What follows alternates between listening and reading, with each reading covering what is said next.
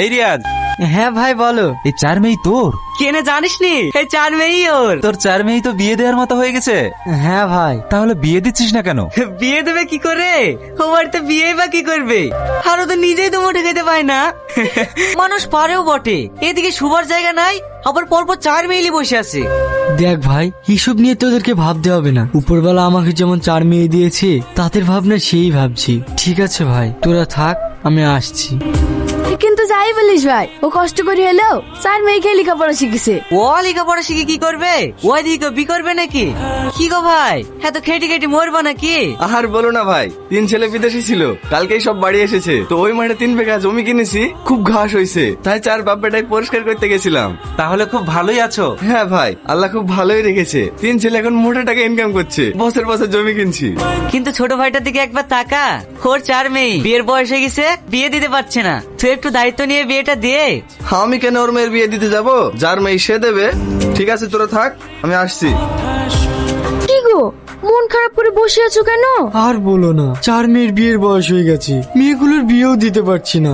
যদিও বা কয়েকটা বিয়ে আসছে, গরিব বলে কেউ রাজি হচ্ছে না। আবার রাস্তাঘাটে যাচ্ছি, গ্রামের লোকও আমাকে নিয়ে হাসাহাসি করছে। তুমি অত চিন্তা করো না, দেখো উপরওয়ালা একদিন সব ঠিক করে দেবে। এটা শুনেও ভালো লাগছে যে আমার 4 মেয়ে ভালো রেজাল্ট করেছে, কিন্তু আমি এমন একটা বাপ যে মেয়েগুলোকে ভালো জায়গায় পড়াবো সেই সামর্থ্যটুকু নাই। বলছি ভাই, আপনার ছেলেরা কি কাজ করে?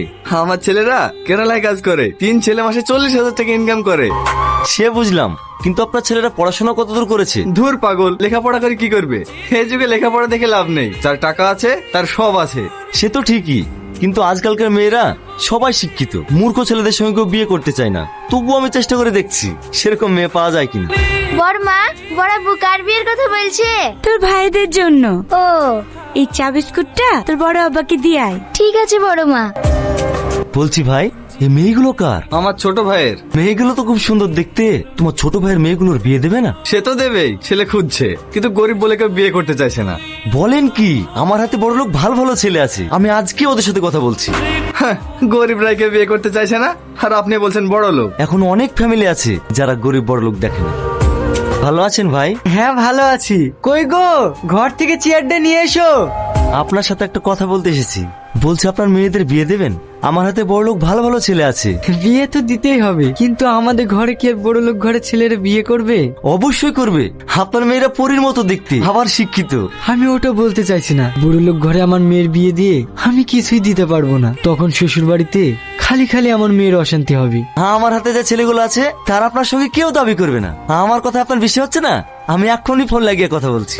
হ্যালো চাচা, বলছি আপনার ছেলের জন্য খুব সুন্দর একটা মেয়ে পেয়েছি, কিন্তু আপনারা বড় লোক বলে মেয়ের বাবা বিয়ের জন্য রাজি হচ্ছে না। এরা ভীষণ গরিব, বিয়েতে কিছু দিতে পারবে না বলে ভয় পাচ্ছে। তুমি মেয়ের বাবাকে বলো আমার কিচ্ছু লাগবে না, শুধু মেয়েটুকু পেলেই হবে। কি গো ঘটক মশাই, এত কিছু জিনিস কোথায় পেলে? ওই পারে রিয়াজ আর আগুন 2 ভাই আছে না, ওদের ছেলে মেয়ের 2 মাস আগে আমি বিয়ে দিয়ে দিয়েছি, তাই খুশি হয়ে ওরা কিছু জিনিস দেবে বলেছিল, সেগুলোই আনতে গেছিলাম। রিয়াজের সব মেয়ের বিয়ে হয়ে গেল?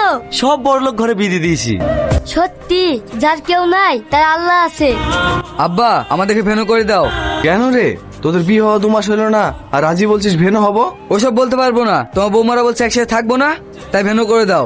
ও, এবার বুঝলাম। ঠিক আছে, একসাথে যেহেতু থাকতে পারবি নি, ভেনো করে খা। তাহলে তোমার যা জমি জায়গা আছে আমাদের 3 ভাইয়ের নামে রেজিস্ট্রি করে দাও। এইসব কি বলছিস? আমি এখনো বেঁচে আছি, আর জমি রেজিস্ট্রি মানে? তোদের কি মাথা খারাপ হয়ে গেছে? তোদের বউ রাজা শিখাবে, তোদেরকে তাই করতে হবে? ছেলেদের ইনকাম খেয়ে খেয়ে জিভ বড় হয়ে গেছে। আমি বেঁচে থাকতে তোমাদের কোনো জমি রেজিস্ট্রি করে দেবো না। তোমাকে কতবার বলেছি তোমার অসুস্থ শরীর, তুমি কোনো কাজ করো না, আমার কথা তো শুনবা না। মা, আবার কি হয়েছে? আমি কাজে যেতে নিষেধ করি, তাও আমার কথা শোনে না। তোরা একটু ভালো করে বল। তোমাকে কাজ করতে মানা করিনি, তোমাদের যে দরকার হবে আমাদেরকে বলবা। হ্যাঁ আব্বা, হ্যাঁ আপনাকে আর কোনোদিন কাজে যেতে হবে না। হ্যাঁ আপনার যা লাগবে হ্যাঁ আমাদেরকে বলবেন, আমরা দেবো। কি বলেন ভাই? এখন যদি আপনি এই বয়সে কাজে যান, তখন যদি আপনার কিছু একটা হয়ে যায়। এই বোন, ওরা বড় মা কাঁদছে কেন? চদিনে দেখে আসি।